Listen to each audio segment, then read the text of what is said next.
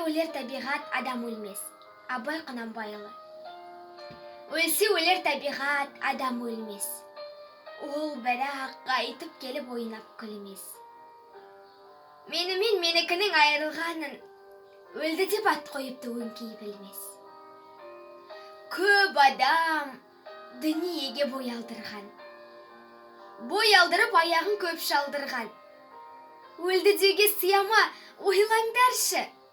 Өлмей тұғын артына сөз қалдырған.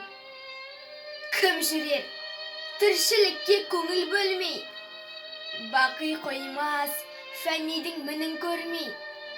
Мінін қайда екенің біле алмассың, терең ойды телміріп, соңына ермей.